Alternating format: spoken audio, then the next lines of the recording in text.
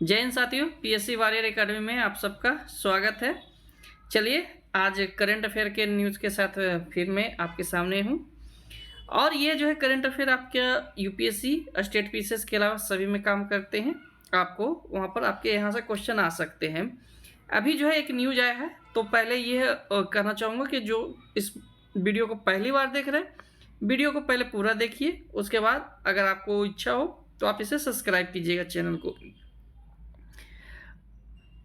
Supreme court के जो वर्तमान न्यायाधीश है, मुख्य न्यायाधीश, उन्होंने जो है कॉलेजियम सिस्टम के बारे में एक आज मौखिक रूप से बोला है कि एनजेएलसी का जो है एक पीआईएल डाला गया था, जिसमें ये कहा गया था कि कॉलेजियम सिस्टम को हटाया जाए और एनजेएलसी को लाया जाए। एनजेएलसी अब ये क्या है, तो राष्ट्रीय न्यायिक नियुक्ति आयोग है।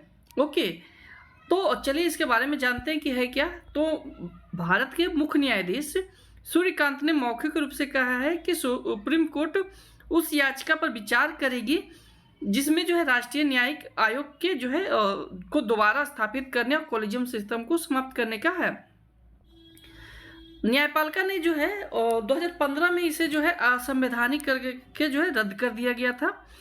99 संशोधन, याद रखिएगा, 99 संविधान संशोधन अधिनियम 2014 को जो है लाया गया था एनजेएसी, ठीक है। और यह जो है आपके राष्ट्रीय यह जो है कॉलेजियम सिस्टम प्रणाली के स्थान पर उच्चतम न्यायालय और उच्च न्यायालय के जो है जजों को जो है नियुक्ति करता है।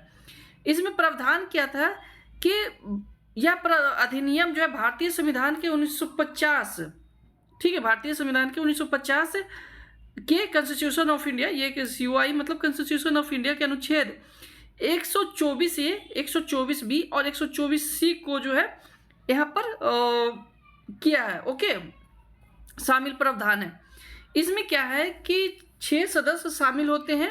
एनजेएसी में क्या था कि 6 सदस्य शामिल होते थे, जिसमें एक तो आपके मुख्य न्यायाधीश जो कि इसके अध्यक्ष होते थे एनजेएसी के। अन्य सदस्यों में जो है सर्वोच्च न्यायालय के 2 वरिष्ठ जो है आपके जज होते थे, केंद्रीय कानून मंत्रालय और आपका 2 वरिष्ठ व्यक्ति शामिल है। अब यहाँ पर ये एनजेएससी का आने का ये भी मतलब था कि कहीं ना कहीं आपके जो जुडिशरी में जो है आपके एग्जीक्यूटिव का हस्तक्षेप था, यहाँ पर कोर्ट ने उस समय बोला था, इसलिए जो है उनको रद्द कर दिया गया। अब क्या है कि 124A क्या कहती है कि भारत के में जो है 124A में क्या था कि भारत के मुख्य न्यायाधीश जो है एनजेएससी का क्या होगा, अध्यक्ष होगा।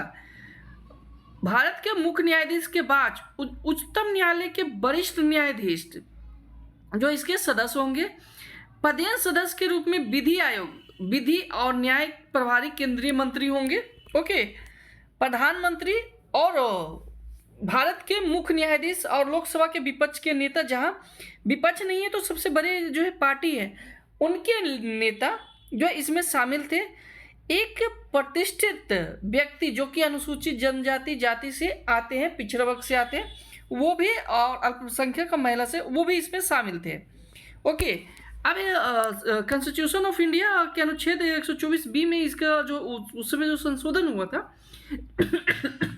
सॉरी, उसमें कहा गया था कि आपके भारत के मुख्य न्यायमूर्ति, उच्चतम न्यायालय के न्यायमूर्ति, उच्च न्यायालय के मुख्य न्यायमूर्ति, उच्च न्यायालय के मुख्य न्यायालयों के न्यायमूर्ति के रूप में जो है नियुक्ति के लिए व्यक्तियों को सिफारिश करना। उसके बाद क्या है कि न्यायालयों के मुख्य न्यायमूर्ति और अन्य न्यायमूर्तियों को जो है किसी अन्य न्यायालय में हस्तांतरित करना, मतलब कि तबादला, मतलब यहाँ से वहाँ हस्तांतरित करना। उसके बाद आपका जो है नियुक्ति करना, ये सुनिश्चित करता था। इससे यह होता था कि एक सुनिश्चित और योग्य और ईमानदार जो है व्यक्ति जज बने। इसके बाद कह रहा है कि 124C में क्या प्रावधान किया गया था कि यह जो है विधि निर्माण में संसद की शक्तियों से संबंधित है। इसमें कहा गया कि भारत के मुख्य न्यायमूर्ति और एवं उच्चतम न्यायालय के अन्य न्यायमूर्ति और उच्च न्यायालय के मुख्य न्यायमूर्ति और अन्य जो है न्यायमूर्तियों की नियुक्ति की प्रक्रिया में विनियमित कर सकती है। और आयोग जो है, जो कि एनजेएसी आयोग था, के नियमों की प्रक्रिया जो है निर्धारित का अधिकार देता था। अपने कार्यों का निर्वहन जो है नियुक्ति के लिए जो है चयन प्रक्रिया में जो है अन्य मामलों में जो है यह आवश्यक समझे। ओके, एनजेएसी का संवैधानिकता क्या थी? तो 2015 में जो है उच्चतम न्यायालय ने जो है इसको जो है एडवोकेट ऑन रिकॉर्ड एसोसिएशन बनाम अन्य भारत संघ के जो है 99 संविधान संशोधन 2014 एनजेएसी को असंवैधानिक और शून्य घोषित कर दिया था। उसके बाद जो है यह तर्क दिया गया था कि यह जो है अधिनियम असंवैधानिक और अमान्य है। ओके, इसके बाद जो है यह संशोधन ने जो है संविधान के मूल संरचना को प्रभावित किया है। हमने कल जो है फेसबुक पर जब मैं लाइव आया था वहाँ पर बताया था मूल संरचना के बारे में। तो वही है कि ये मूल संरचना के बारे में जो है वहाँ पर ये हस्तक्षेप माना न्यायालय ने और इसे जो है रद्द कर दिया गया था। ओके, और ये बोला था कि ये जो है आपके न्यायालय में जो है आपके एग्जीक्यूटिव के हस्तक्षेप है। ओके, इस निर्णय ने जो है न्यायमूर्तियों की जो है नियुक्ति करने वाले कोलिजियम सिस्टम को श्रेष्ठ और वापस ला दिया। अब कहा जाता है कि भारत ही एक ऐसा देश है जहाँ पर जो जजों की नियुक्ति जो होती है वो जज ही करते हैं कोलिजियम सिस्टम से। परंतु इसके अलावा जितने भी आपके कंट्री हैं वहाँ पर कहीं ना कहीं एग्जीक्यूटिव और दूसरे का हस्तक्षेप रहता ही है, चाहे अमेरिका ले लीजिए या कहीं भी। हाँ, एक चीज़ और है कि आप जब पॉलिटी पढ़िएगा या कहा जाता है कि ब्रिटेन का जो संसद है वो सिर्फ एक काम नहीं कर सकती है, वो ये कि आपका जो पुरुष से महिला और महिला से पुरुष नहीं कर सकती है, बाकी वो कुछ भी पारित कर सकती है, क्योंकि वहाँ पर जो है अनरिटन कॉन्स्टिट्यूशन है, मतलब वहाँ जो है अलिखित संविधान है। भारत के पास लिखित संविधान है लेकिन यहाँ पर जो है जुडिशरी को सर्वोच्च रखा गया है। इसलिए कहा जाता है कि पूरे विश्व में सबसे ज़्यादा अगर पावर है किसी जुडिशरी के पास तो वो इंडिया का है। ओके, कॉलेजियम प्रणाली क्या है कि ये जो है भारत में जो है जजों की नियुक्ति के लिए रखा गया है। यह व्यवस्था सीधे संविधान में नहीं है बल्कि सर्वोच्च न्यायालय ने ऐतिहासिक फैसले विकसित करके जो 3 जजेस बेंच का जो फैसला आया था उसमें जो है ये फैसला दिया गया था कोलिजियम सिस्टम। सुप्रीम कोर्ट में क्या होता है कि मुख्य न्यायाधीश और 4 अन्य न्यायाधीश वरिष्ठ न्यायाधीश क्या करता है कि कोलिजियम सिस्टम के जो जजों की नियुक्ति करते हैं। उच्चतम न्यायालय में क्या होता है कि उच्चतम न्यायालय की नियुक्ति की सिफारिश के लिए उसी न्यायालय मतलब जिस स्टेट का जो है जज आपका नियुक्ति होने वाला है तो उसी स्टेट का मुख्य न्यायाधीश और 2 वरिष्ठ न्यायाधीश प्लस आपके एक सुप्रीम कोर्ट का रहेगा। इस तरह से चलती है। अब हमने ये पिछले बार भी मैं बताया था और अभी भी बताया था कि सरकार की क्या भूमिका होती है। तो कॉलेजियम सिस्टम द्वारा भेजे गए सिफारिशों को जो है सरकार जांच करती है।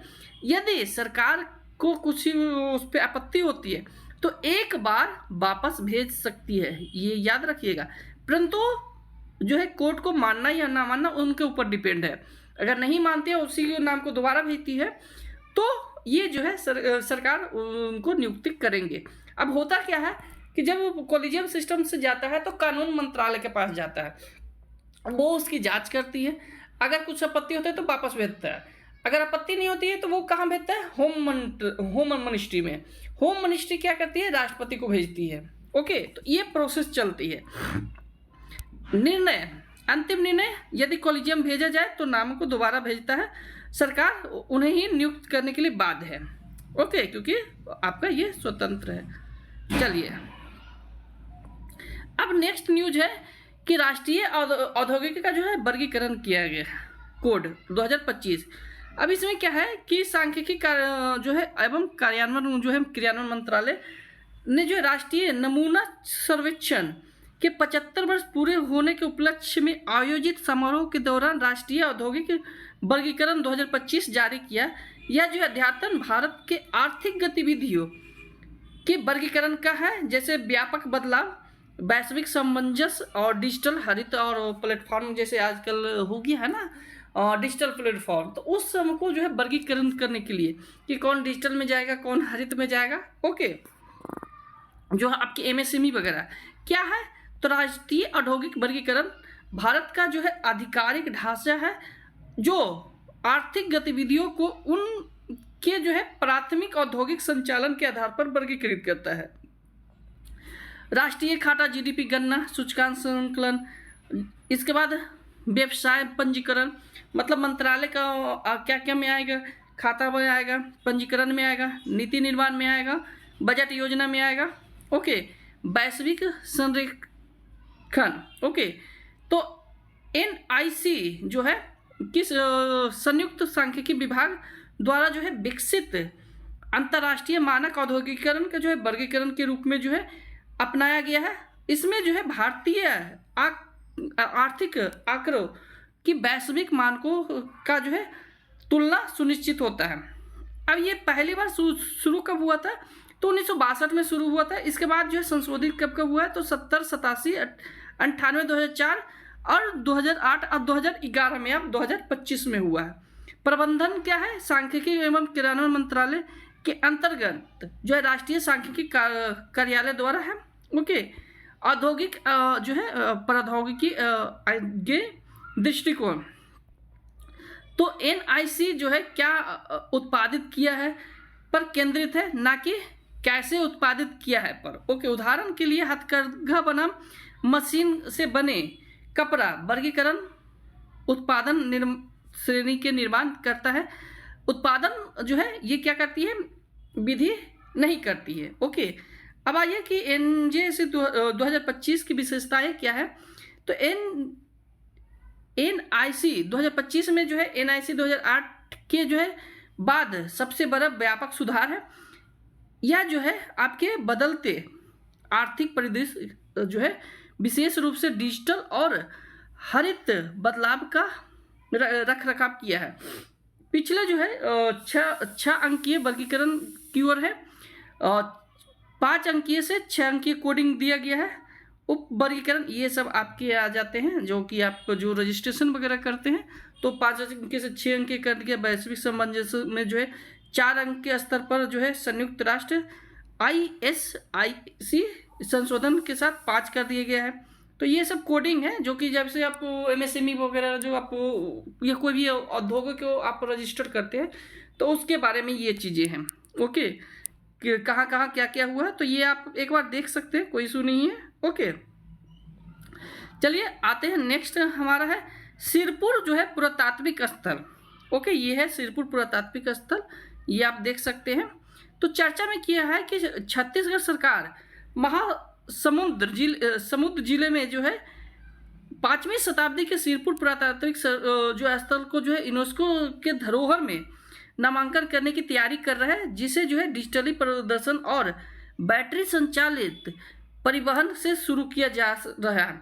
अभी मैंने कल जो है आपको एक जो है बताया भी था कि छठ पूजा को भी जो है अमूर्त सांस्कृतिक धरोहर में शामिल करना है। तो वैश्विक धरोहर और अमूर्त सांस्कृतिक धरोहर दोनों में अंतर क्या है? तो वैश्विक धरोहर मतलब कि आपके जो मंदिर वगैरह या कुछ होता है एसेंट का, उसे जो है वैश्विक धरोहर में कहा जाता है। सांस्कृतिक धरोहर जो कि आपके कल्चरल से रिलेटेड होते हैं, जैसे दुर्गा पूजा हुआ, छठ हुआ, ये आपके कल्चरल से आते हैं। तो ये दोनों में अंतर है। और इसकी जो है अभी जो है दिल्ली में जो है लाल किले में बैठक होने वाली है। कब बैठक होने वाली है? 8 से 13 दिसंबर की ओर, ठीक है। तो वहाँ पर जो है पूरे विश्व के आपके जो देश है वहाँ पर आएंगे। ओके, कल इसका जो है मैंने करंट अफेयर अच्छे से पढ़ा दिया, PDF भी मैं आपको दे दिया हूँ। तो आप जाके मेरे जो है PCS जो है टेलीग्राम चैनल पे, वहाँ से आप डाउनलोड करके पढ़ सकते हैं। ओके, क्या है? तो सिरपुर जो है 5वीं से 12वीं शताब्दी का जो है बहु धार्मिक पुरातात्विक शहर है, जो हिंदू मंदिरों, बौद्ध विहारों और जैन स्मारकों का एक असाधारण संकेंद्रण के लिए जाना जाता है, जो दक्षिण कोसल, देखिए कोसल की राजधानी श्रावस्ती आपने जाना होगा। और कोसल को कितने भागों में बांटा गया है वो भी मैं आपको पढ़ाया हूँ कि 3 भागों में उनको बांटा गया था। तो ये जो है आप जिसमें कौशल्या माता, कौशल्या जो कि भगवान राम की माता थे, तो उनका जो है आपका मायका कहाँ था? कौशल ही था। ओके, तो कुछ समय भगवान कहा जाता है कि भगवान राम ने वहाँ भी बिताया था। तो ये चीज़ें भी मैंने आपको बता चुका है। तो ये सब करेंट अफेयर में जो है आते रहता है। यहाँ से क्वेश्चन आपके बनेंगे, निश्चित है कि यहाँ से बनेंगे। हाँ, रिलीजियस वेट नहीं बनेंगे, लेकिन ये जो मंदिर के आर्किटेक्चर वगैरह से वो बनते ही हैं। तो डेली आप जो है जो लोग नए हैं मेरे साथ जुड़िए और करंट अफेयर का जो है ये क्लास आप कीजिए, क्योंकि इसमें बेसिक भी मैं आपको बताता हूँ। छत्तीसगढ़ के जो है महासमुंद जिले के जिले में स्थित एक महत्वपूर्ण पुरातात्विक स्थल है जो महानदी के किनारे बसा हुआ है।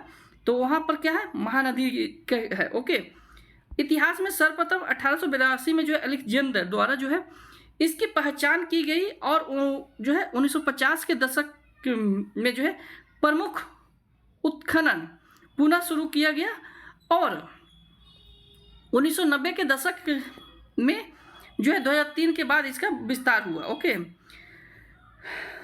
चलिए, पांडु वंशियों एवं बाद में सोम वंशियों, अब वहाँ पर 3 वंश आए थे ना, चालुक्य, पांड्य और चेर। तो वही पांडु वंशियों के जो है सोमवंशी राजा ने जो है के अधीन दक्षिण कोसल की राजधानी थी। ओके, उत्खनन से पता चला कि 22 शिव मंदिर, 5 विष्णु मंदिर और 10 जो है बौद्ध विहार और 3 जैन विहार है। ओके, पुरातात्विक से पता चलता है कि सिरपुर एक धार्मिक केंद्र के साथ साथ महलों, बाजारों और आवासीय, उसके बाद स्तूपों और सार्वजनिक जो है आपके बुनियादी ढांचे का एक समृद्ध वाणिज्यिक शहर का केंद्र था। यहाँ से क्वेश्चन आ जाएगा इस बार यूपीएससी में, आप देख लीजिएगा। ओके, सिरपुर की जो है वास्तुकला शिव, शैव और आपके वैष्णव, बौद्ध और जैन स्थापत्य परंपराओं के और दुर्लभ मिश्रण है। ओके, मुख्य विशेषता क्या है कि लक्ष्मण मंदिर आपने पढ़ा होगा, आर्ट एंड कल्चर निधि सिंघानिया में लक्ष्मण मंदिर के बारे में जिक्र है।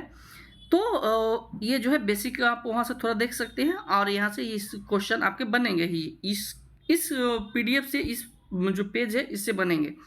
भारत के जो है सबसे बेहतरीन ईंटों में से एक जो कि पत्थर की जागती पर बना है, नक्काशादारी जो है ईंट शिखर, जटिल द्वार जो है चौखट, नक्काशी जो है किया गया है, विष्णु चित्रण और मैथुन पैनल।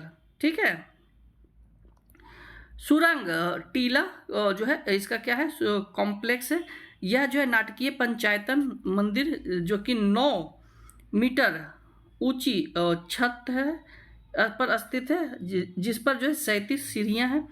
अलग अलग रंग से जो है रंगों के वाले जो अलग अलग रंग के लिंगों वाले 4 शिवलिंग और गणेश मंदिर है, 32 स्तंभ है। ओके, इसके बाद तिबर देव जो कि बुद्ध विहार है, एक विशाल मठ है जिसमें जो है अखंड अपलोकेश्वर प्रतिमा है और इसके साथ ही जो है शिलालेख और अलंकृत एक चौखट है। बौद्ध और हिंदू प्रतिमा विज्ञान का दुर्लभ मिश्रण है। बालेश्वर मंदिर नक्काशीदारी स्तंभ, चौखट और सुंदर महिला आकृति और संगमरमर का शिवलिंग है। ओके, यहाँ देख सकते हैं। गंदेश्वर मंदिर सिरपुर के खंडरों में जो है पुनः उपयोग की गई मूर्तियों का जो है समृद्ध और जीवंत मंदिर, शिवलिंग और के बगल में एक बुद्ध की प्रतिमा सांस्कृतिक निरंतरता का प्रतीक है। शहरी नियोजन, महल परिसर, बाजार, मठ और आपका स्तूप, ध्यान कक्ष वगैरह इसमें है जो कि 6ठी शताब्दी से मेल खाता है। तो आज के लिए इतना ही। हम हमारे टेलीग्राम चैनल से जुड़ के इस पीडीएफ को डाउनलोड कर सकते हैं, दूसरों तक शेयर कर सकते हैं, आप अपने फ्रेंड तक। और जल्द ही मैं इस पर जो है टारगेट, एक यूपीएससी टारगेट करके एक जो है क्वेश्चन सीरीज लेके आऊँगा। तो आज के लिए इतना ही रखते हैं, कल फिर हम मिलते हैं। धन्यवाद।